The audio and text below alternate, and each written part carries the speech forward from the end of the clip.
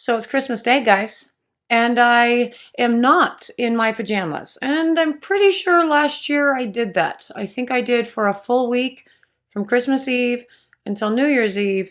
I was just in my PJs with you the whole time. And I didn't do that today because I'm going to my mom's house for Christmas, and I feel bad about what we were talking about for Thanksgiving because I always go to my mom's house for Christmas. Like, that's what we do. Go to my parents' house, and then my brother and his wife and their kids come over, and it's all a good family time. It's a lot of fun. But over Thanksgiving, right, I started thinking about how I don't dress up for Thanksgiving. And then I started to feel bad about all that and decided I'm going to dress up for Christmas this year. So I'm dressed up to go to my mom's house for Christmas. So no PJs. It's a good idea though. I might be in pajamas tomorrow. I don't know. We'll see. That obviously has nothing to do with what we are, doing and talking about and whatever on the channel today. It's just Happy Christmas. It's amazing. I love Christmas. Like my favorite day ever. And I'm here with you for a little bit, which is cool. I will tell you why I'm here with you and what we're doing in just a minute. But before I do, hello, I am Mrs. Soap and Clay. Let's make stuff.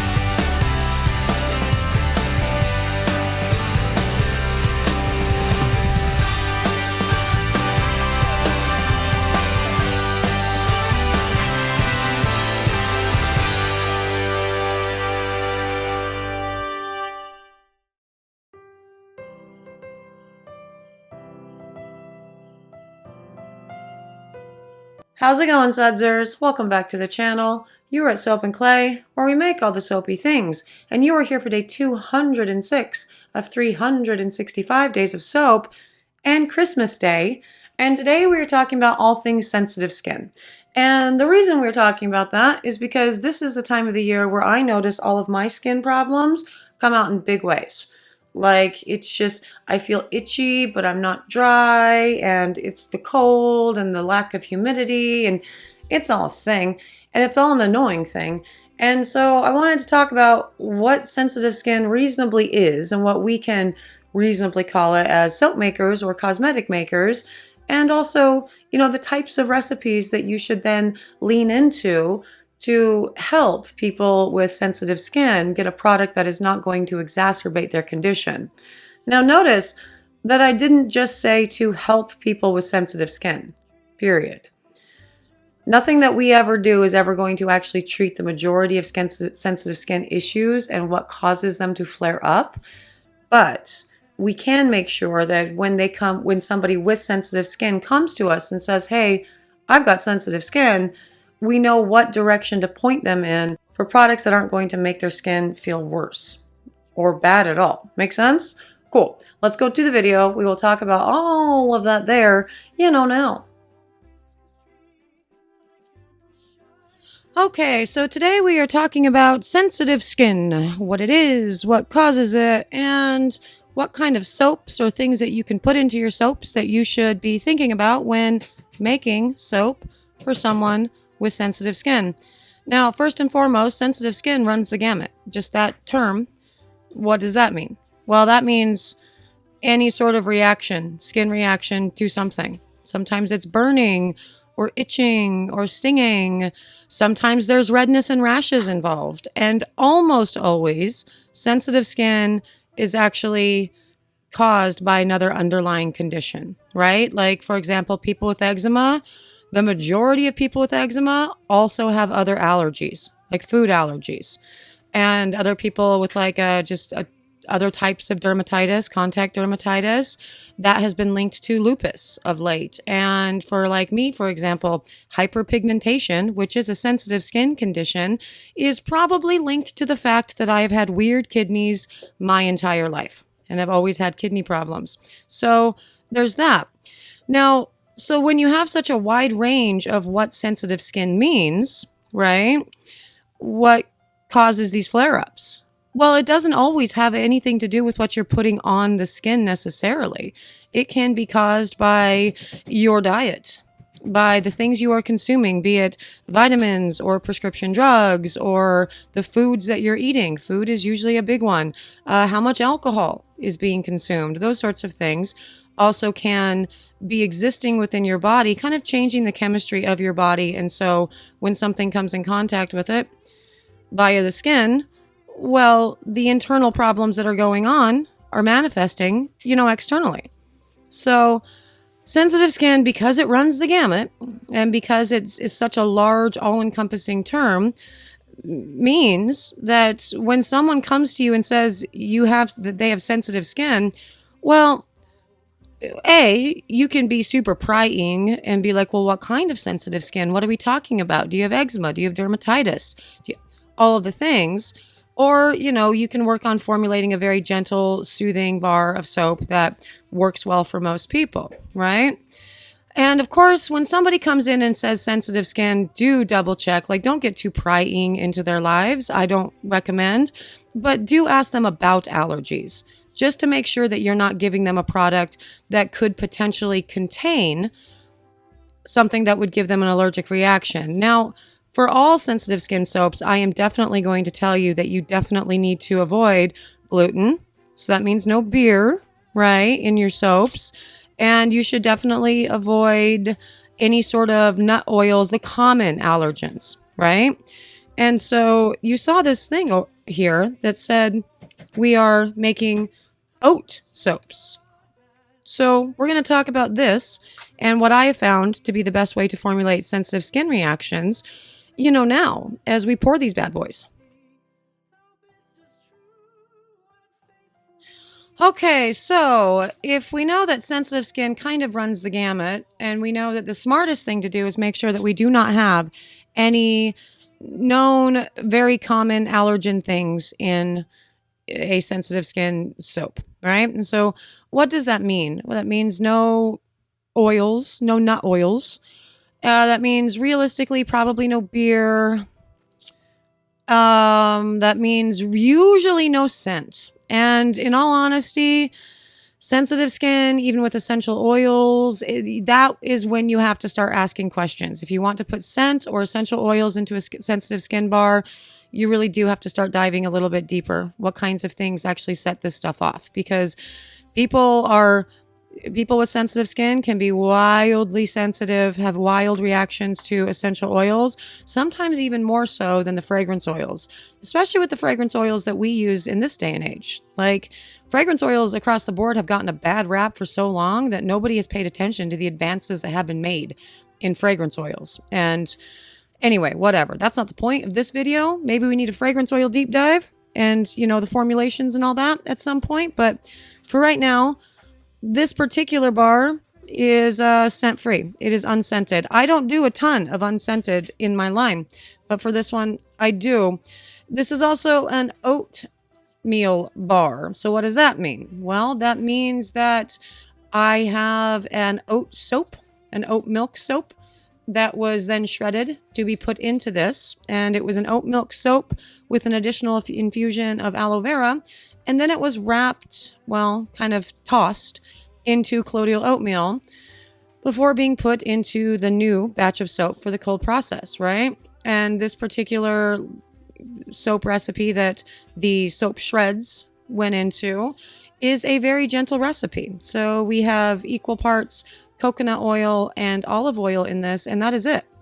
Now, I know what you're thinking, but Mrs. Soap and Clay, can people not be allergic to aloe and oatmeal? Yeah, they totally can, but it's a very rare allergy.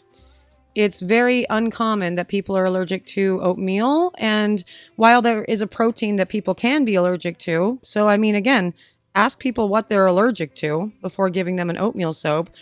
It's very rare that they are. And a lot of the time, they're actually reacting because of the gluten that may be processed within the facility.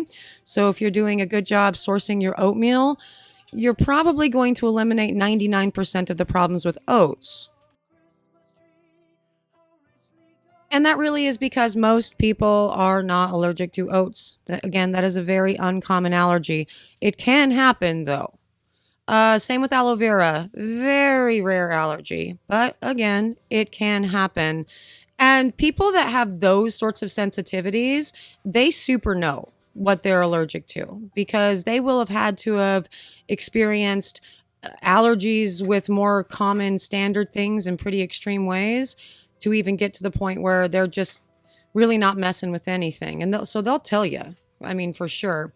So the biggest takeaway with everything when you're building a sensitive skin soap is, again, you stay away from known allergens, and you make it as gentle as possible. And also you make it as uncomplicated as possible. Because here's the thing, what I was just saying about how people that are allergic to like oats and aloe vera will know. Well, again, that's because it's such a rare allergy that they're likely allergic to a lot of other things too. And it also came out while they were doing their, all of their patch tests and all of the things and their elimination tests and whatnot, wherein they realized that not only are they allergic to, this litany of other things, they are also allergic to oats and or aloe. But for someone who just has, a couple stock standard allergies, they may not have come in contact with any of that yet. And so keeping the recipe simple is a great way for you to be able to troubleshoot something. If you kind of steer someone in the right direction of, okay, so this should not exacerbate a condition. And again, we'll talk about that in a minute, but it turns out that it does, where they can come back and they can say, oh, well, this is exacerbating, my skin condition or whatever. Then you can look to your recipe and you won't have 15 different potential things that could have made an impact on this person's, skin or sensitive skin or whatever. So yeah, keeping the recipe very, very simple with not a lot in it, highly recommend for that, for sure.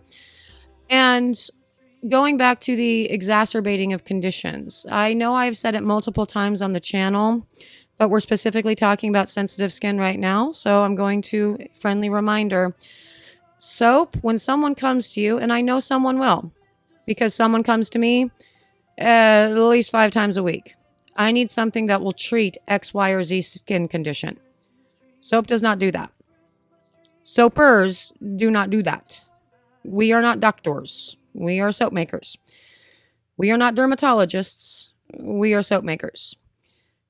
Nothing that we sell can treat any condition, any skin condition, any condition.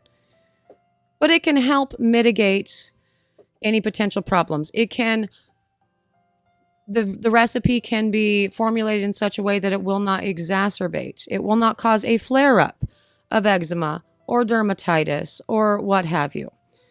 You can't go any farther than that. So if you are actively trying to make a bar because someone came to you and said, I have eczema, what can you do to help me with that? And you're, racking your brain and trying to come up with the perfect formulation, you're not going to ever find it. Nothing that's going to treat it or cure it. You are going to find a number of lovely recipes that will ensure that they are unlikely to get a flare-up when using your products, but that's really it. And I know you guys have had those questions. Again, because I get those questions all the time. The best thing that you can do for people like that is to recommend that they go see their dermatologist or their doctor. But you can also give them something that is gentle and soothing and cleansing and not overly moisturizing. Just a nice balanced bar of soap that's very simple. We employ the KISS method for all sensitive skin soaps. Keep it simple, Sudzer. You do that. And everything, should be fine. This is not a bar that you play around with colorants. It's not a bar that you play around with scents. There are some people that just have big issues when it comes to their skin. And so you keep it very simple. You keep it very light. And you make sure that you check out, their allergies and what it is that they might have. And that will put you on the right path. But yeah, that is day 206. Happy Christmas, guys. And there it is, a very fast, kind of brief primer overview on sensitive skin and why is sensitive skin. And yeah, while I was making a sensitive skin soap. So again, the big takeaways for all things sensitive skin is you're going to make sure that you're not directing them into a known allergen problem. So if someone comes in and says I have allergies and or I have sensitive skin, I would steer them away from anything with shea butter and anything with a nut oil. Just first and foremost, I would do that. Anything with fragrance, if they have things like eczema and contact dermatitis, yeah, I would keep them on the lighter fragrance ends. So if you have a very heavily scented bar of like bacon, don't give that to someone with sensitive skin. They can't really handle it, probably, but they might anyway. And also, when you're formulating your sensitive skin recipes, make sure that while beer is really, really good for sensitive skin, they might have sensitive skin because they have a gluten intolerance or they have celiac or something like that. And so you have to be cognizant of that when you're formulating your recipes, because while you think this might be helping, and again, for people who have, just regular run-of-the-mill sensitive skin or have been diagnosed with some sort of condition, be it psoriasis, eczema, dermatitis, those sorts of things, beer can be good. But if there's somebody rolling into your shop or onto your website with gluten intolerance or an undiagnosed celiac thing, you could probably, be doing more harm than good by putting beer into the soap that you give them. So anyway, there's that. I hope you guys had fun today. I honestly don't expect the majority of you to be watching this today because you're going to be hanging out with your nearest and dearest, and that's awesome.